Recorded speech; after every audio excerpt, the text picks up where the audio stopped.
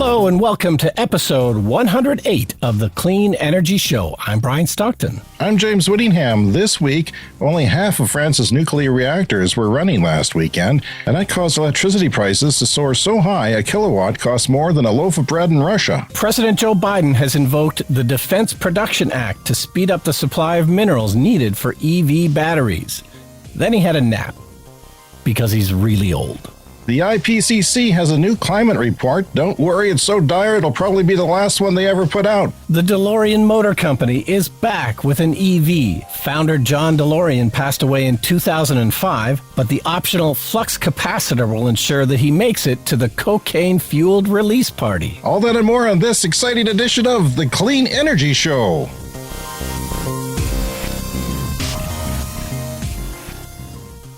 It's been a tough week. Yeah. For a lot of reasons. I had an incident. Oh, my. An incident, yes. An incident. You don't like it when James has an incident. It's never good. I got involved in road rage. Somebody road raged me for really the most stupid reason. And the thing is, Brian, I never go out. That's the stupid thing. I've been a hermit during the whole freaking 2 years of pandemic. Yeah. And I rarely go anywhere. But I found some blinds at a severe discount, 80% off, at one of our big box stores that actually fit my window.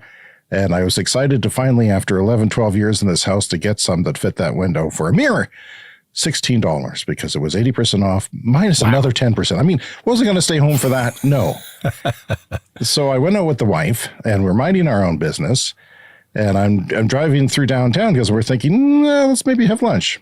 You know, we're out. It's Sunday. Yeah. And there's a lot of traffic lights on that street, so it turned orange and I stopped. It was a bit abrupt, but not crazy. And I was looking at the guy behind me because we got rear-ended doing that much more abruptly once with my son driver training a couple of years ago. So I'm gun shy about that. And sure enough, the guy doesn't really want to stop. And he's in a pickup truck and he comes and he gets very close and I go a little further into the intersection to make sure he doesn't hit me. And then he starts during the red light getting up close against me. And then the light turns green and he powers in front of me as they often do. And then wants to inconvenience me by stopping in front of me. And a switch went off and I'm not proud of what happened next. But I took the left lane and I hit the floor and I passed the son of a bitch. And he and his stupid pickup truck ate my EV dust. And of course, that made him angry. Oh, no. And what happened next was him yelling me at the next light and degrading me. And I won't go into detail, but I just laughed at his face because he was such an idiot. And it's a good thing it didn't get violent, but these things go violent. A friend, my partner's coworker I didn't think she didn't do anything to piss somebody off on purpose. You know, it's just driving and somebody actually sideswiped her off the road in road rage. And then the insurance and police just checked it off as an accident. They didn't do anything about it. And she got really screwed by that. So I don't know what's wrong with people. But I was pretty upset about it. And it's hard to let these things go when people, assault you and you don't even leave home. And this happens to you. Now I don't want to leave home. I'm just going to sit here and podcast. The one time you leave. The one time. The one time. I do pick up my daughter from school every day, but it's the same route. And we see, actually, it's funny because I never see Teslas. And we have this game where we find the Teslas. And there's always Teslas. Now there's two of them every trip, and they're different. They're not the same ones.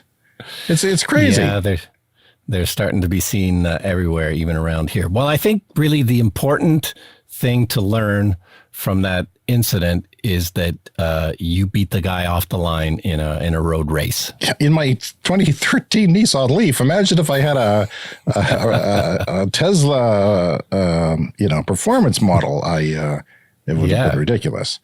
But I did look down at my speedometer and it said 74 kilometers per hour in a 50 kilometer an hour zone. So there was no one around, there was no pedestrians, but it was wrong. It was wrong of me to do that. And I'm sorry, world. But all right. Well, I'm going to make a citizen's arrest right now. Okay. I deserve it. Do your deed. What's due with you this week? Right. So took a little road trip to Edmonton. So I did this in the Tesla. And so basically trying out a new charging route that only opened recently within the last 6 months. The Tesla supercharger route to Edmonton is now open. So yeah, my first time using it.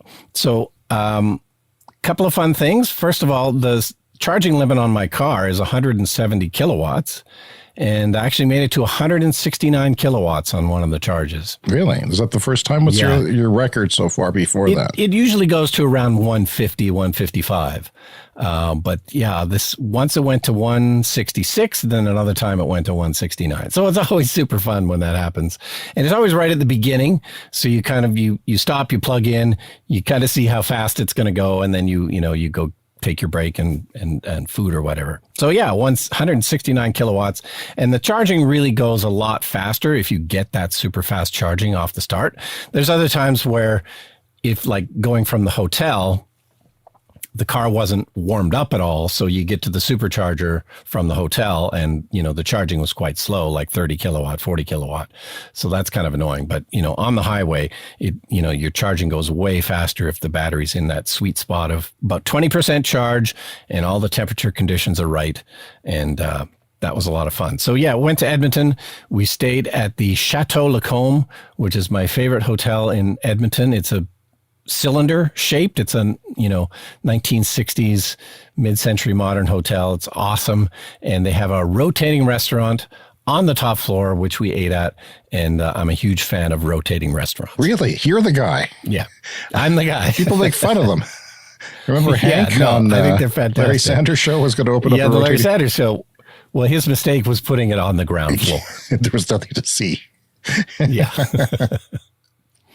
But there's only one, there's two in Canada we haven't been to. There's one in Vancouver and there's one in Niagara Falls. And how many would you say there are in Canada? There's only 5 or 6. We actually checked the Wikipedia list. Uh-huh.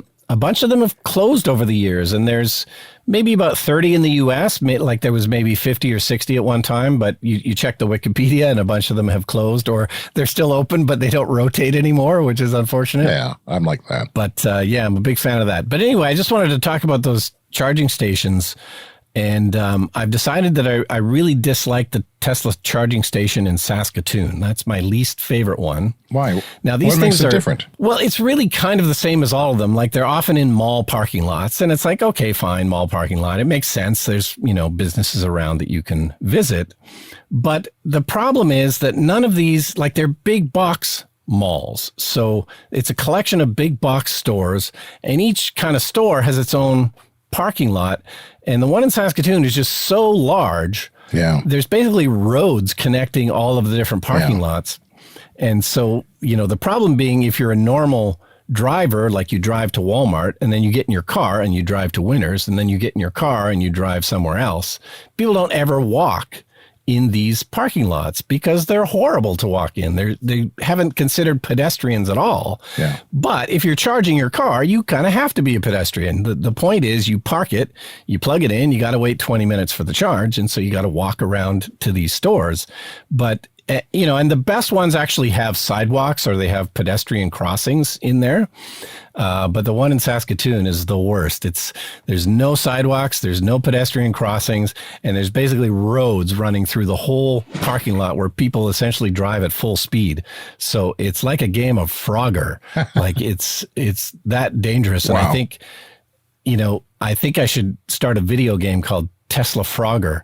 Where, you plug in your Man Tesla tries to get a game bagel while charging his car. Yeah. I mean, it's really bad. And I'm making fun of it, but there's probably people that have died doing this or been severely injured because you park your car and then you got to take your chances running like crazy, trying not to get hit. I'm familiar with that strip there because I've been there a couple of times recently, and it is a big wide open. It's it's like a bygone design and it's brand new. I mean, these things were built in Denver in the 80s and they outlawed them in the 90s, because they knew that they were stupid.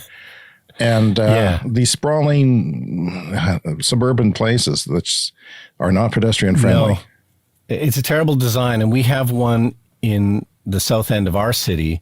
And I know when it was first proposed, I saw some drawings and they were going to try and do it differently where it's like the whole thing was supposed to be like a big circle, and it's like all the stores were in the middle, and then the parking lot was a big circle surrounding it or something like that. It seemed, okay, well, let's try something different.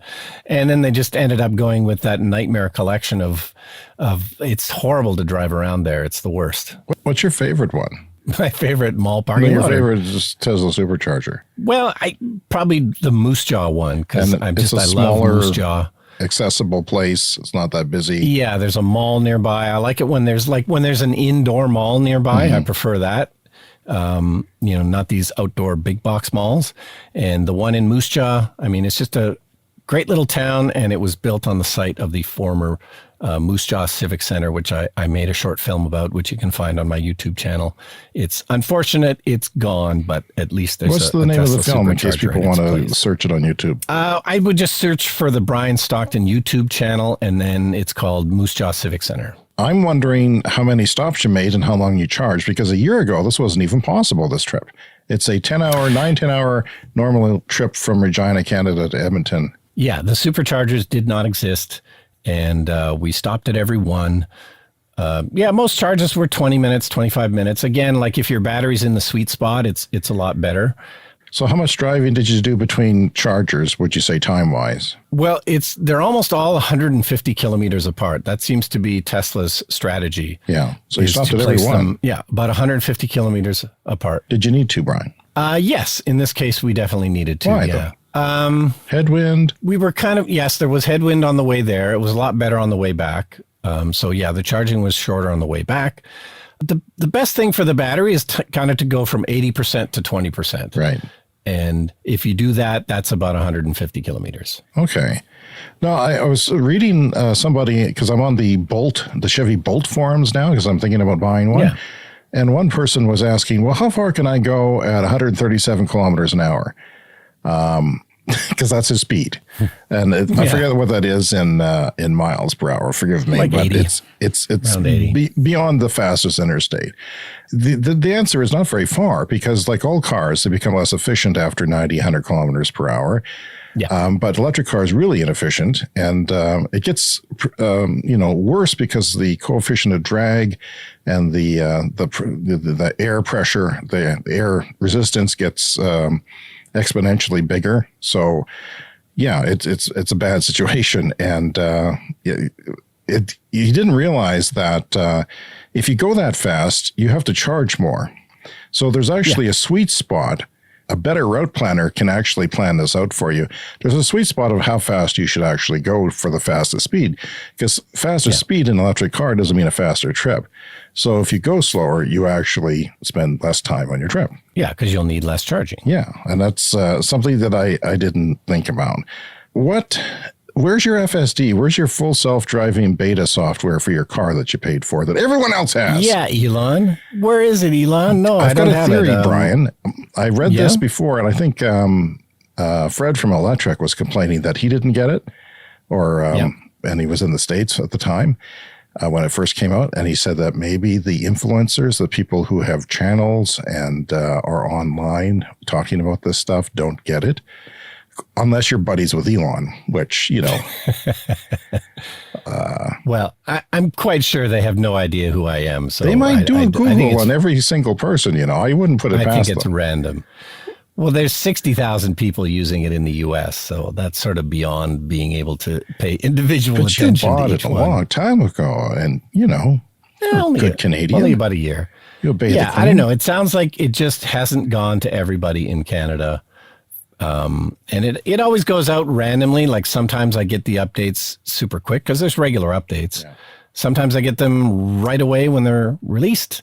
And then other times it's like a week later, 2 weeks later. So, who knows? Elon giveth and Elon taketh away. Okay. Well, I need to ask you, what do you think about Elon Musk buying into Twitter? It's probably a needless distraction. I would prefer he just focused on the car company. See, the way I see it, the more, and we'll talk about this more on the show later, we're in a very urgent situation with the climate. And in fact, I'd say if it wasn't for Elon Musk, we would be in a much more dire situation, because every report tells us how important it is to, and if Elon wasn't there advancing us, we'd be nowhere. I mean, we're not where we need to be, but we'd be nowhere without Elon Musk. I'm sorry. Oh yeah. There'd be no electric Hummer. I know some people won't even buy Teslas anymore because they hate him so much for, getting political. That's all it takes is somebody getting political, and then they're gone if they don't agree with you these days. But I feel the same way. I'm a little concerned that he's getting distracted. And I'm wondering, though, if it matters anymore. I mean, he is a pretty smart guy, and he comes out with solutions to problems that maybe other people don't come out with. But do we really need him anymore? If Elon became a Twitter troll and nothing else, and somebody else is running the company, are we in a good enough place that the world will not end? That's my question to you. Yeah, I think it's far enough along. It's kind of like when Apple lost Steve Jobs. People were definitely concerned, but hey, turned out okay for Apple. They're the biggest company in the world. So yeah, I think Tesla's far enough along that he could exit and it would be fine. Okay, well, I've got a new feature here. It comes at the top of the show. I keep coming across a lot of things that refer to past discussions. We've got 107 shows behind us, Brian, and congratulations to you. Yeah. So there's a lot of topics that get revised or there's new updates on, and I thought that I would go through some of them maybe on a semi-weekly basis, or we'll see how it goes. But Toyota now is, we make fun of Toyota on the show for not going to EV. They're mad at the UK. This is via the Sunday Times. Toyota has warned Grant Shapps, the transport secretary, that it may cease manufacturing in Britain after 30 years unless the government waters down its green policies, mandating a rapid switch to pure electric vehicles. And now that makes me mad. Not road rage mad, but mad. Because this is like them opposing California's zero emission policy. It's like, shut up. Shut the hell up. And make green cars and just stop them. Yeah. This is like an Elon Musk tantrum. It's like, I'm going to pull out of your country and not manufacture there anymore if you don't water down your policies. I mean, crap. That's getting, what does it tell you? Well, it tells you that the car companies do have a lot of sway. They do have a lot of power. It's, and I mean, it tells you that they're not moving fast enough, so they're desperate and they have to do this. But, we all, the auto industry in the U.S., we all know, was bailed out not too long ago. And it's just because, everyone couldn't imagine a future with the American auto companies bankrupt, so they got bailed out. And we'll probably talk some more about this later on in the show. There's more sort of money flowing into the car companies because, people can't imagine a world without them. And so, they know they've got a bit of leverage, so they're trying to use it. So it's like 3,000 jobs in 3 different locations. The policy applies from 2024. And if you don't meet it, you got to pay Tesla or other companies lots of money. And that's what they don't like. Well, this which brings us to New Zealand. One of my sort of, this is kind of off topic, but kind of not. And I know we have a few listeners in New Zealand. So hello. Hi. But, you remember the Lord of the Rings movies, which were, really great. Yeah. Peter Jackson, who we've talked about on the show before. Good friend. A friend of the show.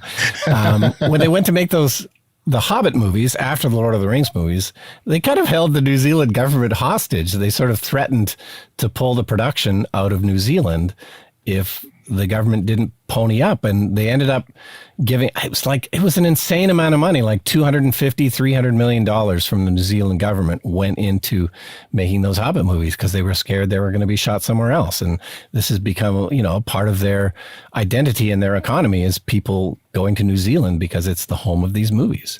I watched the Judd Apatow movie on Netflix, The Bubble. Even though it had a 24% rating on Rotten Tomatoes, I never do that, Brian. Not even if I like the director and like his past work or her past work. And but I was so bored. It was a 2 hour and 20-minute movie too. And on Saturday Night Live, Pete Davidson did a rap video about short ass movies, and I was totally agree.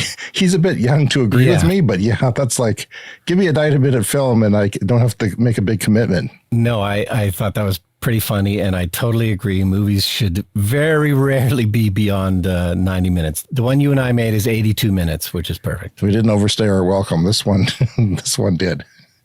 about an hour. But, my partner was sleeping and I was just, I don't want to watch the news. I always go to the news and the news is not good, as you may know. No, probably better to watch a bad Traditionally, movie. the news is bad. So via Clean Technica, if you're wondering if all the Super Bowl ads that we were talking about during the Super Bowl were effective, they were, because the Beara, Kentucky police chief Eric Scott made the decision from watching the Super Bowl ads that he would buy Tesla police cruisers because he saw so many EV commercials and thought, oh, this must be the future. So it's a hilarious confirmation that those, we were talking about, would those make a difference? Well, no, in one and of case course, they did. Tesla didn't spend a dime, and yet they're the biggest beneficiary because they're the ones actually producing these EVs at scale. Another thing that's been floating around the internet is the cost comparison this week of driving regular cars vis EVs. And I noticed they had the Chevy Bolt vis the Toyota Corolla. And the Corolla gas model was 54% more expensive to own over its lifetime, with gas at $1.35 a liter. And by comparison, it's like $1.75 to $2 a liter in Canada. A little bit less per unit in the States, but that's the best. That's normal time scenario. It's 54% more to own that car. And you say, well, EVs are currently expensive. I'm going to wait till they're cheaper. You really need to price it out because there's all kinds of things going on there. Yeah, well, this was from the Clean Energy Canada website, right? That's correct. Yeah, they do good work, and they're not to be confused with our show, unfortunately. Yeah. We do better work. Hopefully they don't sue us one day because they're getting bigger. Well, so are we. Maybe we'll sue them preemptively. Yeah. You remember we did a lot of talking about the battery swap company Kagoro and their scooters and how great of an idea and how easy it was to use those in Taiwan and parts of China. Anyway, they've gone public. You can invest in them now. And I would maybe suggest that might not be a bad idea because they're really going to expand, and it's a really good idea. And they're focusing now with this new money on Asian cities where two-wheeled vehicles are already popular. And they use the fresh funds from the IPO to continue to expand in Taiwan and branch outward into larger markets like China, India, and Indonesia. I think it's a great idea. I think India should do that too because you don't never have to worry about range. You just stop at the store and pop in another battery. No, I haven't dug too deep on Gogoro, just that everything I've read about them, I always enjoy. We've covered several stories, but these scooter battery swap stations that are working so well in Taiwan. So if I had any money lying around, I might invest. They're 11 years old now, anyway. So Markham Hislop, a Canadian energy journalist we occasionally mention here on the show, I saw you put up a video today. He does video interviews on YouTube and a podcast. And he had a guest on who was an expert in new energy bus logistics. And she was talking about some challenges in EV buses that I hadn't heard of or considered before. And that is that sometimes a bus works all day, like all day. It'll be out at 6 a.m. and come back at 2 a.m. And that only leaves a 4-hour charging window. And if you're in a system that has all your buses doing that, you probably can't charge them all unless you have your own nuclear reactor at the bus depot, at the bus garage. So that's going to make a infrastructure challenge. And she said that charging them en route is possible, but a lot of times the bus company doesn't own any of their properties. So that makes it hard. So I guess the cities would have to step up there. And basically she said that there's workarounds to all these things, but you have to sometimes maybe spend extra money on them that you don't consider, like extra person power to drive out a bus freshly charged on a route or something like that halfway through the day. Yeah, and you just have to probably think of it slightly differently than when they were all diesel powered. So it's not that it's not doable, but you got to think about it slightly differently. Yeah, you got to maybe change things around a bit, but overall you'll save money and the air will be cleaner and quieter.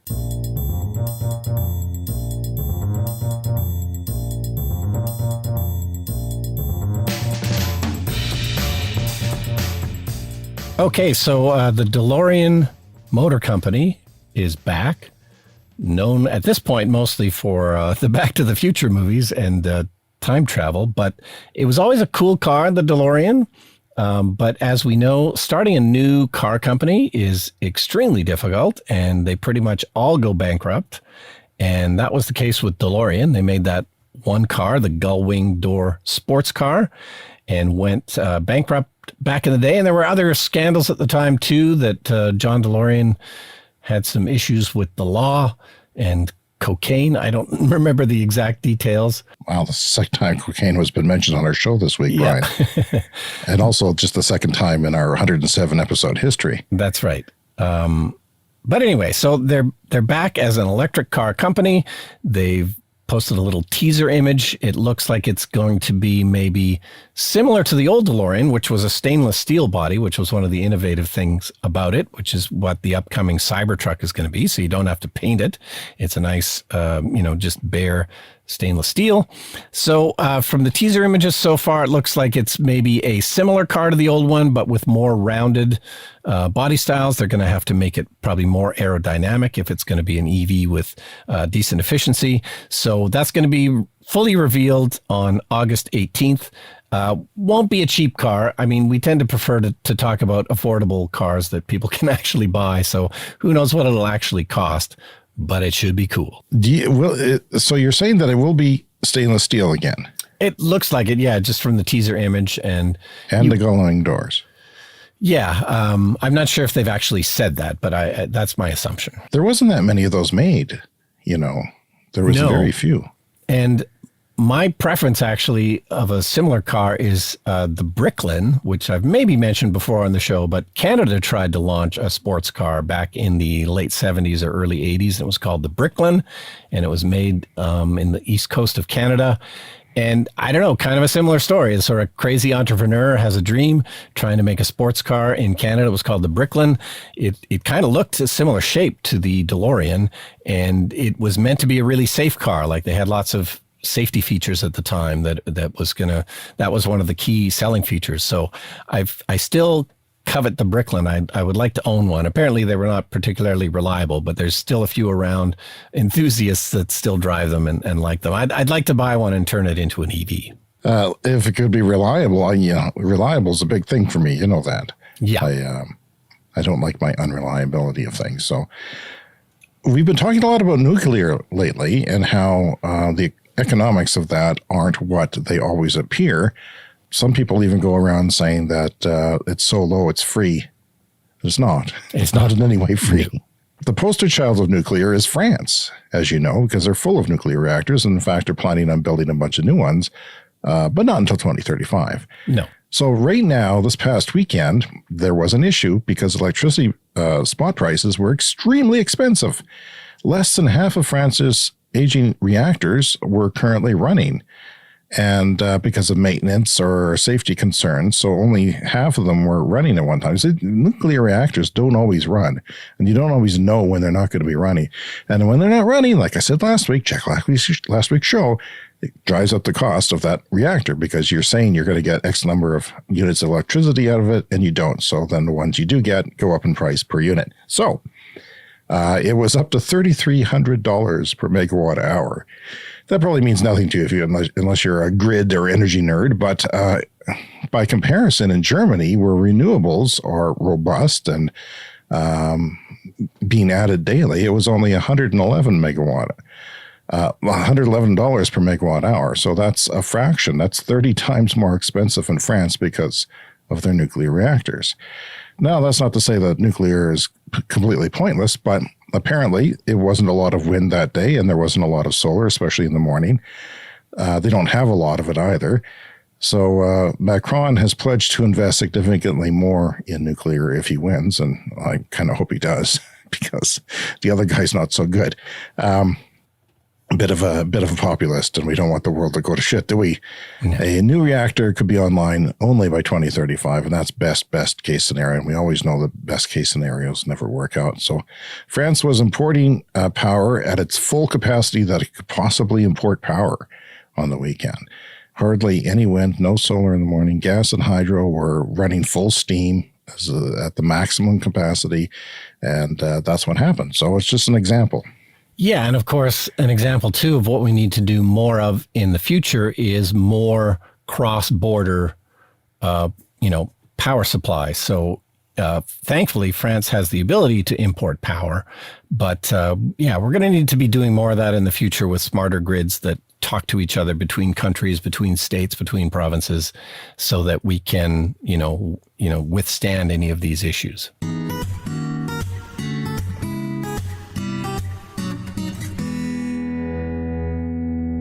Okay, so Joe Biden has invoked the Defense Production Act, which we've talked about a few times recently. This is the ability of the federal government in the U.S. to basically make industry do something. So they're invoking this to boost the materials needed for batteries. So I think this is a good sign. It shows that the administration in the U.S. knows that we're going to need tons and tons of batteries. And so that means we got to ramp up the mining needed to get all of those things. And we had talked before a few weeks ago about heat pumps. Bill McKibben was suggesting, well, hey, we should invoke the Defense Production Act and just make some damn heat pumps, send them all to Europe, and try and get Europe off of the Russian oil, which is causing all of these conflicts. So they haven't done that exactly. But according to Electrek here, the White House fact sheet states that the goal is to speed the transition to clean energy made in the U.S. And it also mentions seeking additional opportunities to ramp up the deployment of heat pumps. So they're not actually invoking that for heat pumps, but it shows that they're actually thinking about that wonderful radical idea. Let's make heat pumps, not bombs. Look, the world is going to need heat pumps as we meet our climate goals. Somebody's got to make them. If you get a head start on that, if you put a government investment into that, some country is going to do well. And why not it be them? I mean, Canada is just put some money into a General Motors plant, right? So they got a battery plant in Montreal and in Ontario, where the capital of all of our automotive industry, most of our manufacturing is automotive manufactured in Ontario. And it was threatened to go away, and they decided we need to get into EVs because EVs are the future. And fortunately, I think it's a good thing they did that because, General Motors is building a delivery van, which looks quite appealing. And I think they'll sell 1 billion of them. Like, it's one of those things that's everywhere. And it'll make sense to have that as an EV because especially with the way they work, short distances, lots of stopping and starting. And also the Silverado electric pickup truck will eventually be made there for Canadian market.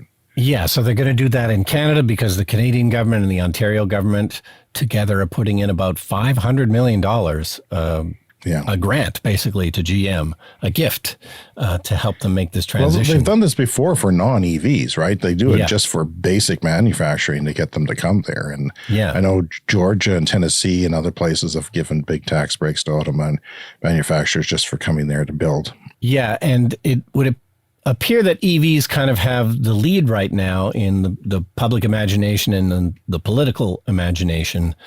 That's what everyone's talking about. But this should all be happening for heat pumps as well. Like, it's just that, I don't know. I feel like we were kind of early talking about heat pumps a couple of years ago when we started the podcast. Yeah. And now it's starting to bubble up. Part of the conversation every single day, especially in Europe now with them trying to get off of Russian natural gas. It's a conversation that I see all the time.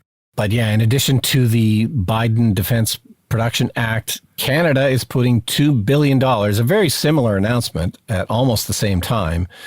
Canada's putting, in addition to the $500 million for GM, $2 billion in a mineral strategy for Canada. And again, it's for the same thing, for minerals that are needed for batteries. So Canada's gotten pretty serious about getting into EVs and batteries and the mining needed for it. I think the mining thing maybe makes more sense if you're a conservative, financial conservative, because you get the government gets a piece of the what you mine, and it's not just about jobs and taxes from more people being employed. It's also from the resources that the government gets a piece of. I saw a commercial on TV that made me mad. It was a local commercial for our natural gas utility. Our natural gas utility was advertising to get clean, high-efficiency natural gas furnaces installed with a grant. And that is that's 10, 20-year-old thinking. It's not where we should be now.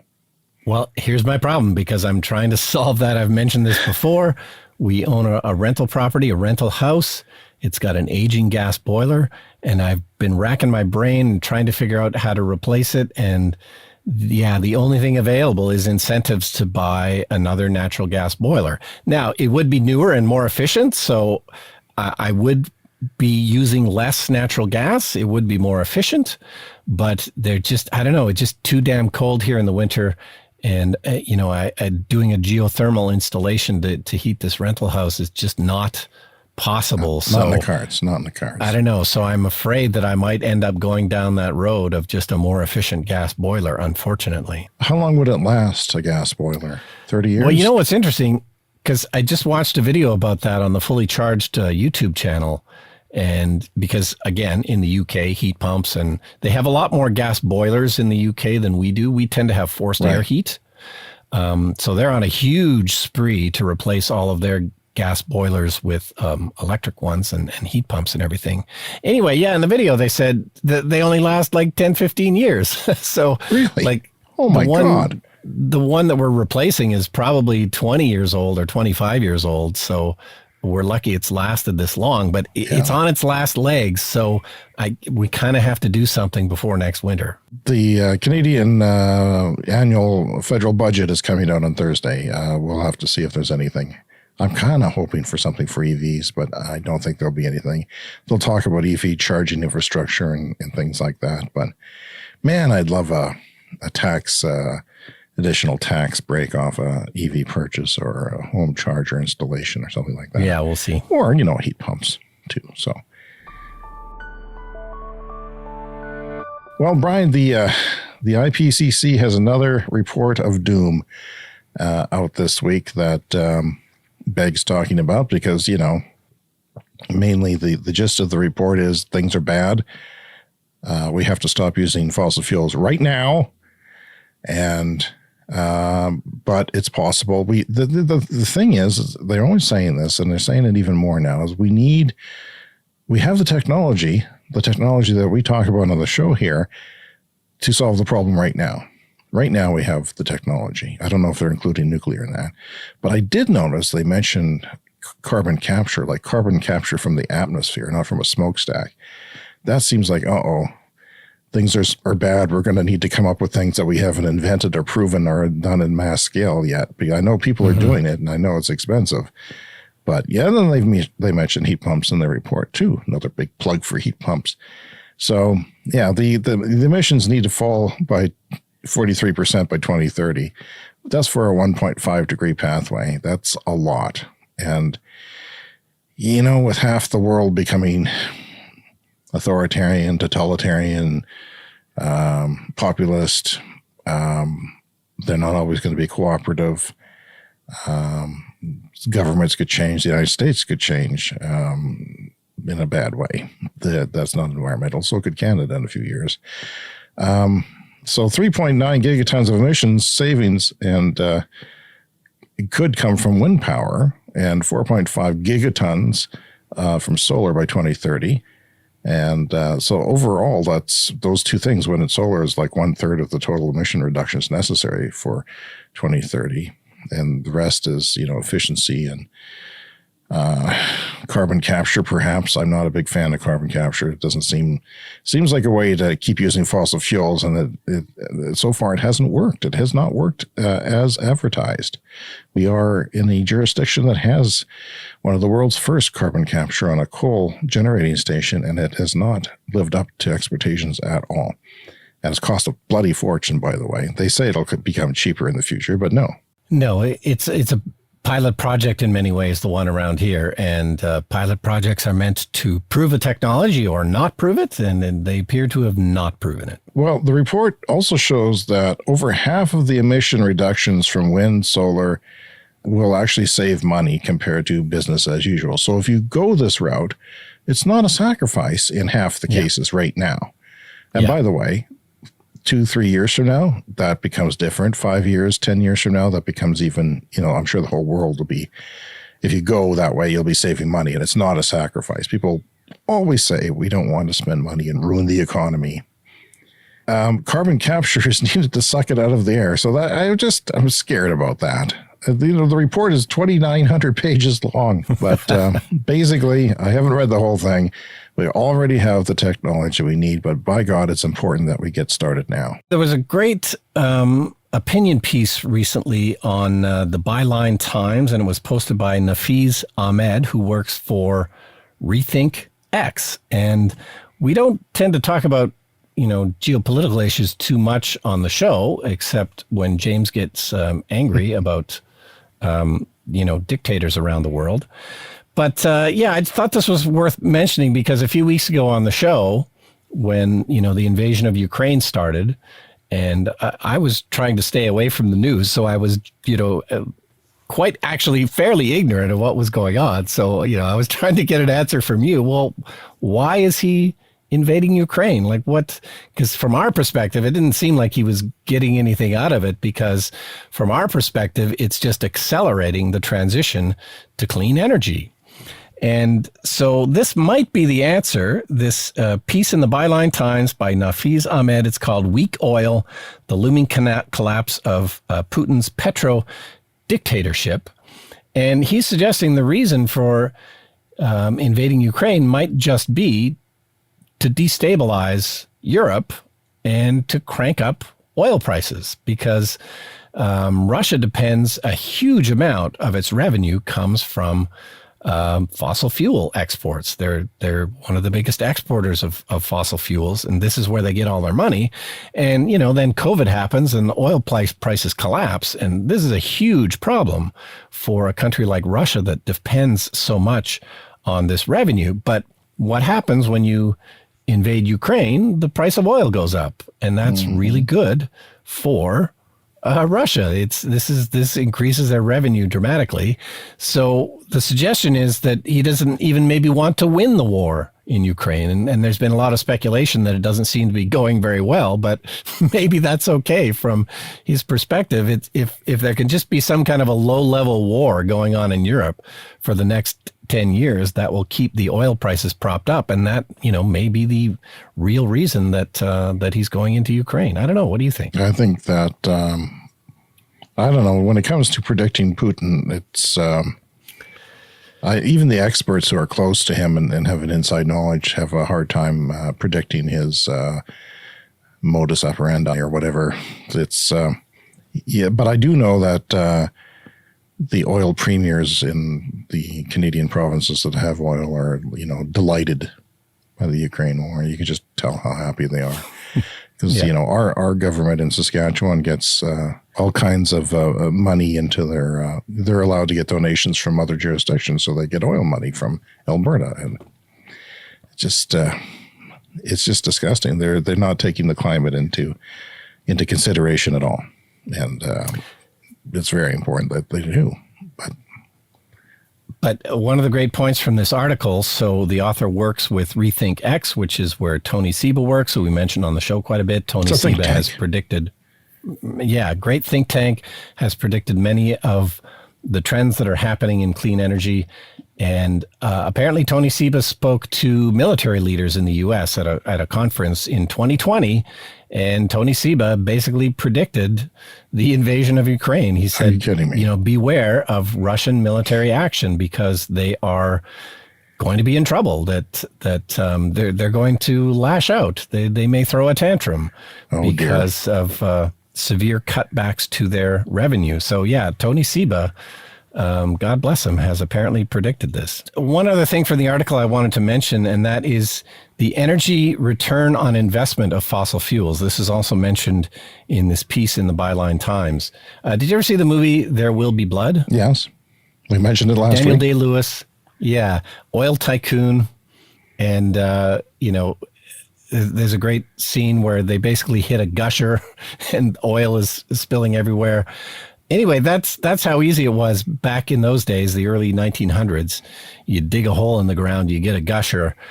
So the energy return on investment in the early days of the oil industry was about 100 to 1. So for every 1 unit of energy you expended drilling, you'd get 100 times that in oil back.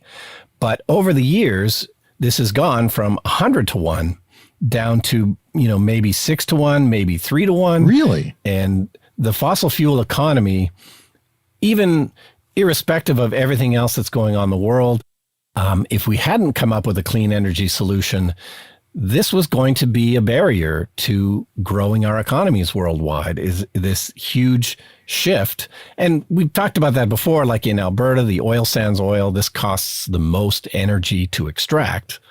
But when the price of oil is high, then it's fine and it works. But just on its own, this could be what's in many ways been holding back the economy in the last 10, 20 years, is this energy return on investment for oil just keeps going down because every year the easy oil is gone and there's still lots left, but it's just taking way more energy to extract it. And so, we're heading to a path where it's like only a 2 to 1. Eventually, it would be only a 2 to 1 return on investment from, 100 to 1 back in the early 1900s. But yeah, so we're somewhere around maybe 6 to 1 or 3 to 1 now, which is kind of insane. Okay. Well, I guess that means it's time for the lightning round.